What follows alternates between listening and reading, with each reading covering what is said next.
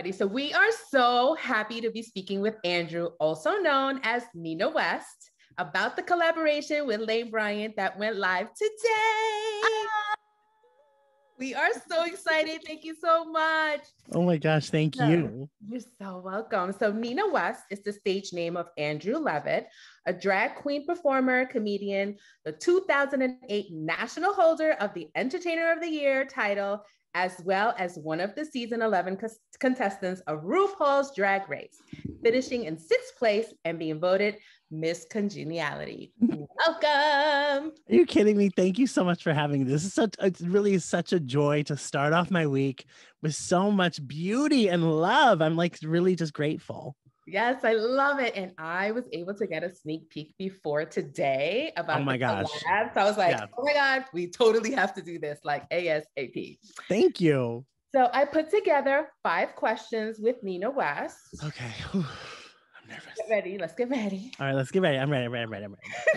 So we're super excited about the Nina West, Lane Bryant partnership. This is the 2nd year. You are the spokesperson during Pride. Can you tell us about the partnership and what this means to you? Yeah, this partnership is really special to me because I think a brand like Lane Bryant reminds all of us that we're beautiful, we're sexy, and we have value and worth. And so I so much that's been my message and my kind of my driving point over all of these years. I spent 20 years doing drag. I spent 20 years trying to find myself and find my voice and find confidence in my voice. And I think drag has allowed me the ability to feel really confident and secure and go on stage and really exert myself in ways I probably wouldn't. And this partnership kind of allows me, with my own perspective, to hopefully allow women to feel empowered and beautiful and find the confidence of, like I get to do drag and I get to put on things that make me feel fabulous. And I think getting dressed and getting ready for your day or your night or your cocktail hour is equally as important and as beautiful and wonderful. And you should feel that confidence every time you step into a dressing room to get dressed, or when you're trying on clothes, or when you're at your house and you're getting ready for your day. And I think that's kind of what the beauty of this partnership allows me to kind of express is like, put on your Lane Bryant Pride t-shirt and feel beautiful, feel pride-filled. And that's what the season is about, especially this year. It's not just about celebrating. I think it's about reminding each one of us that our visibility is so important and it matters. And each one of us, regardless of who we are or the shape we are, matter. That's right. And everyone is, you should be allowed to use your voice. So you don't have to be Nina West, but everyone has a voice. Use your voice to express awareness, support. And sometimes when you need a little help, you know what I mean? When you're not feeling so good. 100%, because this is a time period for us. Pride is this really wonderful month-long celebration where we get to remind ourselves that we actually should be doing it every day of the year. And it's not just about LGBTQIA plus pride, right? This is about all of us lifting each other up, I get to tell myself that I'm worthy, and it's part of my job to remind you that you're worthy, because there are going to be some days that I'm not going to be able to handle it and I'm going to need help. And so in my moment of weakness, or my moment of self-doubt, in my moment of needing strength and assistance, I'm going to look to you because I also know you're equally as worthy. Exactly. This is what we have this gift in this world of this life, to be supportive of one another and to be there for one another. And I think, again, that's why visibility matters, specifically in this world of pride. Visibility matters, representation matters. And I know that I'm not a woman, and I know that I'm a drag queen who celebrates life, these beautiful things, these gifts that we're given. And I also know that I have such an honor and responsibility to lift up women and celebrate women. And here I am in this partnership being able to do that. So. Oh my gosh. Thank you so much. Your transparency is so warm. Your transparency. Like, I wish everyone was like that. Like, we need more voices, powerful voices. But you know what though? It doesn't happen overnight. And I recognize somewhere along my journey, especially within the last few years, and COVID was a big part of this reminder for me that I am in such a place of privilege that I get to talk about my experience, and not only talk about my experience, but it's also my responsibility to be very aware of other people's experiences and to elevate those stories and those voices and amplify them. And that's how I become better, and that's how I learn, and that's how equally I can become a part of the bigger conversation. And that's what it's, I mean, like, these last 2 years have been transformative for me. And that's my journey, is about, I think, rediscovering myself. And so anyone who's listening to this doesn't, like, you too are allowed to speak your own truths. You might not be Nina West, or you might not, but, and that's good, because I get to know your truth. My truth isn't the only truth. And that's what makes my experience so much more valid and rich and fulfilled, is when I hear your experience, or when I hear somebody else's experience, like, right. And I hopefully will get to experience that as well in my life. I don't know. And I love that you use the word amplify, because that's exactly what you're doing. When you did your first, and this is totally off my outline, but when you did your first collaboration, I was like Nina West is using her platform to amplify us. And as plus size women, we've been so invisible for so long. So that partnership meant so much to us. You cannot even imagine how deeply it affected us.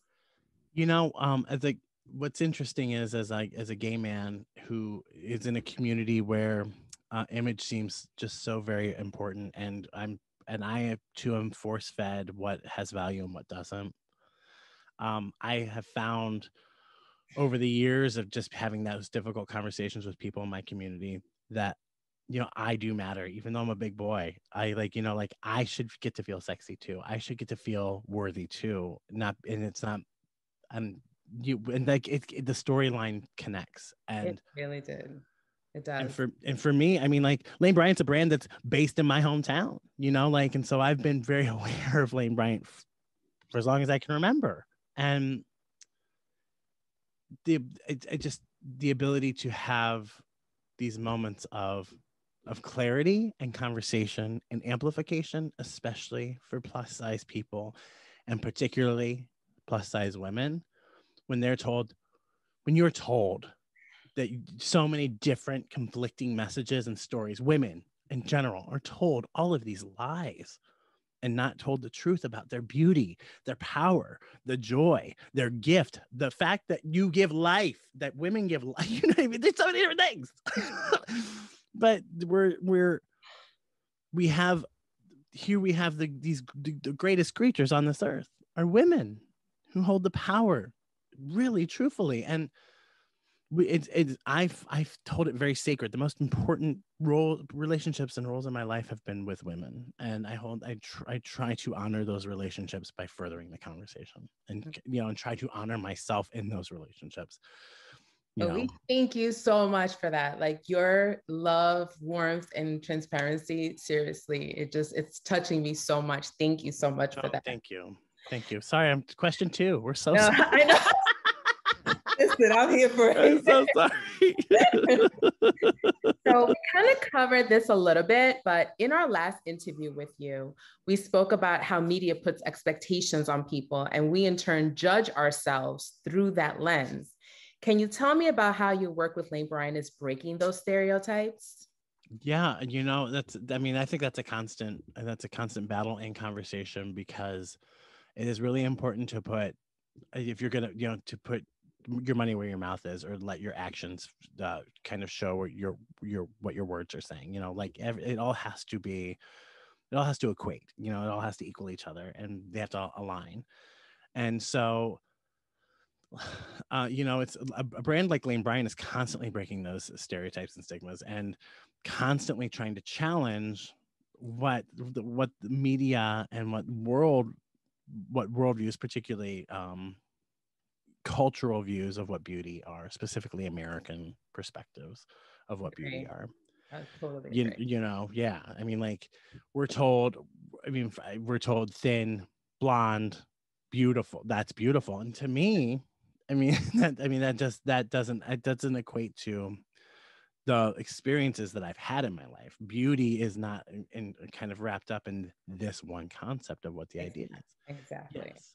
Right. So I think it's really kind of awesome to align my story of speaking up for my community with the story of Lane Bryant, providing comfortable representation for plus size women, and kind of aligning those stories, and being able to tell a story about comfort, sass, equality, equity. Yes. It's kind of, and it all does go hand in hand. You don't think it does, but people who don't have access don't feel like they have value in raising their voice or using their voice. So when people are granted the ability to speak to their truth, or they're able to walk into a room and feel really confident and just like open the door and say, here I am, that gives them also the power or the ability, hopefully, as they keep opening doors and keep feeling confident and sexy and beautiful and wonderful and valid and worthy. Those continued experiences allow those people to continue to claim seats at tables, continue to make marks, like it's, because it's, again, we go down to a very basic factor of people are belittled and told that they're not worthy and told that they don't matter and told that they don't have a place in our culture or society as a part of the conversation. Then they eventually lose their voice, they lose their ability to speak for themselves or advocate for themselves. And that's like in a very, and so like it seems like really far from the topic, but it does matter Absolutely. that people feel comfortable and confident and able to speak and feel beautiful. And I feel like these conversations that we're having is what's going to break those stereotypes and break it from going from generation to generation, because it's not a now problem.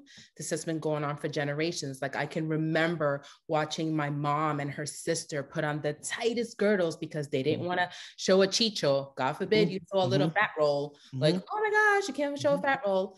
Like I get it. I mean, I wear, undergarments as well, the shapers as well. Shapewear, yeah. But they did it because they wanted to hide themselves, not enhance their body, not smooth the dress out, themselves under dress. It was this constant hiding of arms and hiding of stomachs and hiding, as opposed to celebrating who you are. And I feel like that's why your alignment with Lane Bryant is so incredible. You're both saying the same thing. It's amazing. Thank you. So we're going to talk about competition.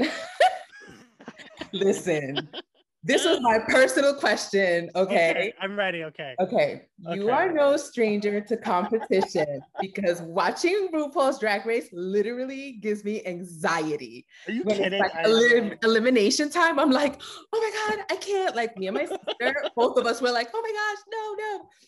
So many people in the plus size space fear rejection and facing judgment. So often they miss out on opportunities. Yeah. Can you share with us how you handle competition, the jitters, and your advice to those dealing with fears and insecurities?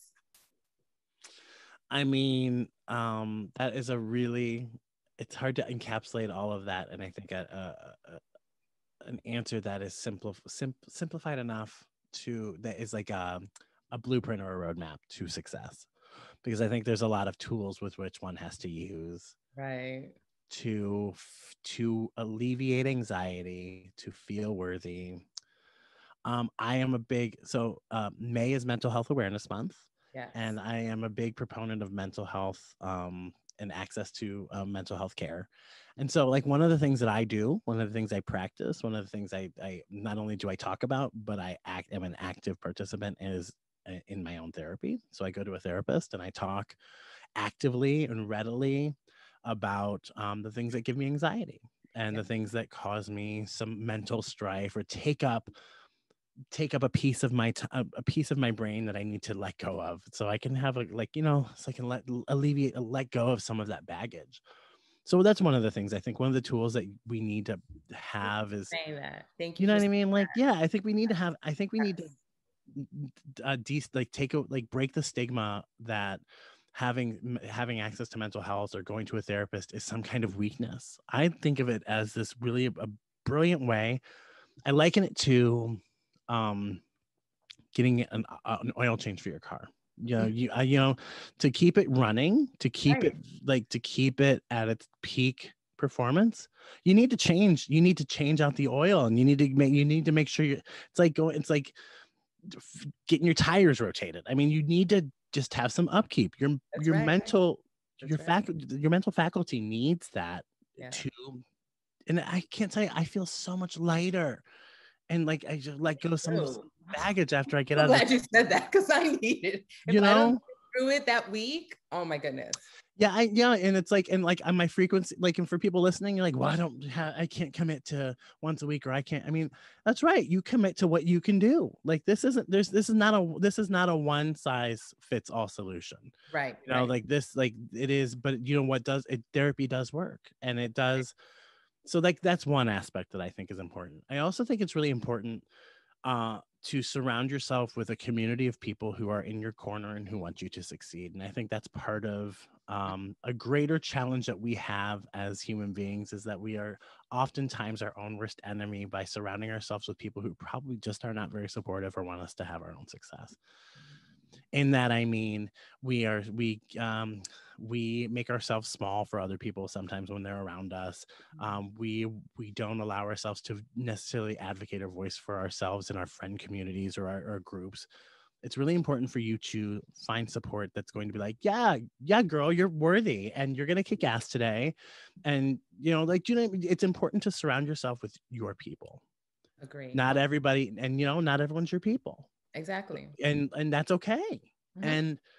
And I think like I so oftentimes carry anxiety around in situations where I'm like, oh, because I'm very sensitive. And so like my concern is like, have I upset somebody? Have I not been attentive to their needs? Oftentimes forgetting that I also have needs. And so I also have my own stuff. And it's okay that I recognize that and I speak to that. And That's right. so I That's think, such a good point. you know, like, so I just think like there's not a roadmap or a blueprint for anyone who deals with anxiety, or especially being a bigger person myself. Like, I walk into a room and I'm like, I know I'm 6'3", 6'4" out of drag, and I know I stand out. Like, I know I'm a big guy, you know, like I'm tall, I'm thick, you know, and I am, and so I walk into a room and I know people see me, and so and depending on my situation, if like depending on the space or where I'm at, like I automatically feel like, how am I going to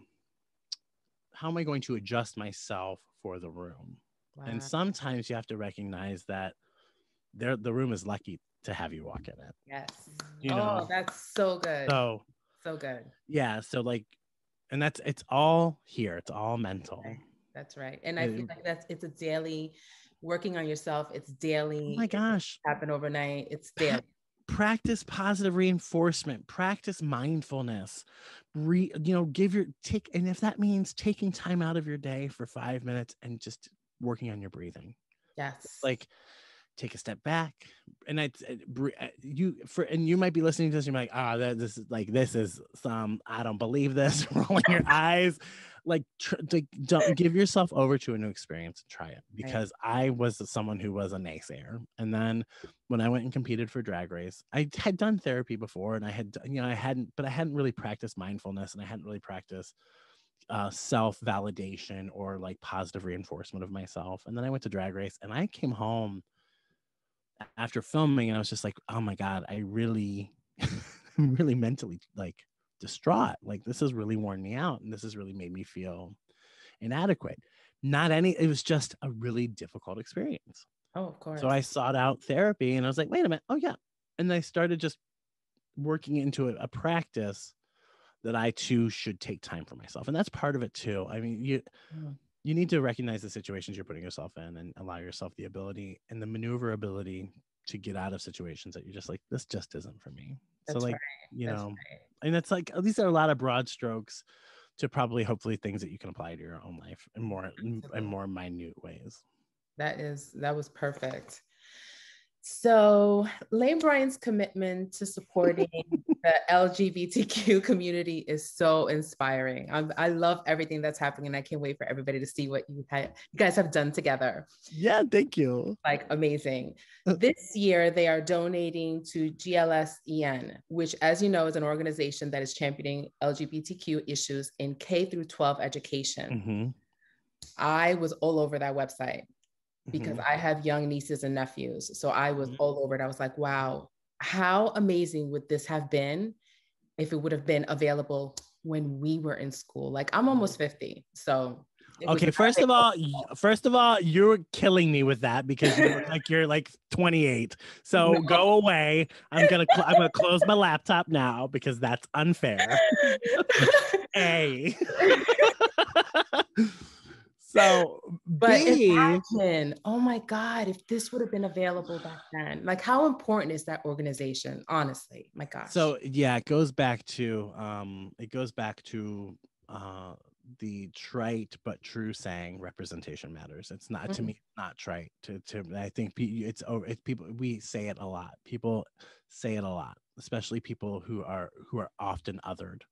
Right. Say it a lot. And because it's true, I didn't find value in myself until I saw somebody like me. So I didn't know that because I had heard the narrative that gay men get AIDS and they die alone.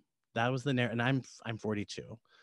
So I was growing up when Pedro Zamora was the first person, I think, on television who was HIV, who had full-blown AIDS on The Real World.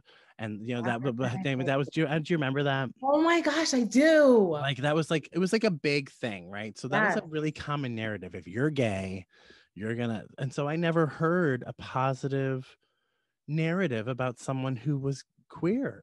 Right. So and that storyline carries through still to this day. The rate of suicide for LGBTQIA+ youth is staggering. The rate of homelessness or displaced children who are LGBTQIA+ because of their queerness by their families and there is staggering.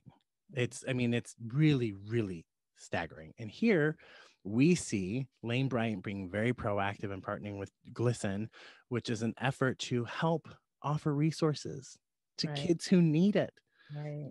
And again, it goes back to breaking stigmas and having conversations and providing space for people to talk about who they are, even regardless of. It's such a, I mean, that age, from when you're little, like I have, so many friends and cousins with kids. They're just, you don't even have a space to talk. Like I have adult friends that whose kids are questioning themselves, and they're like 7 and 8.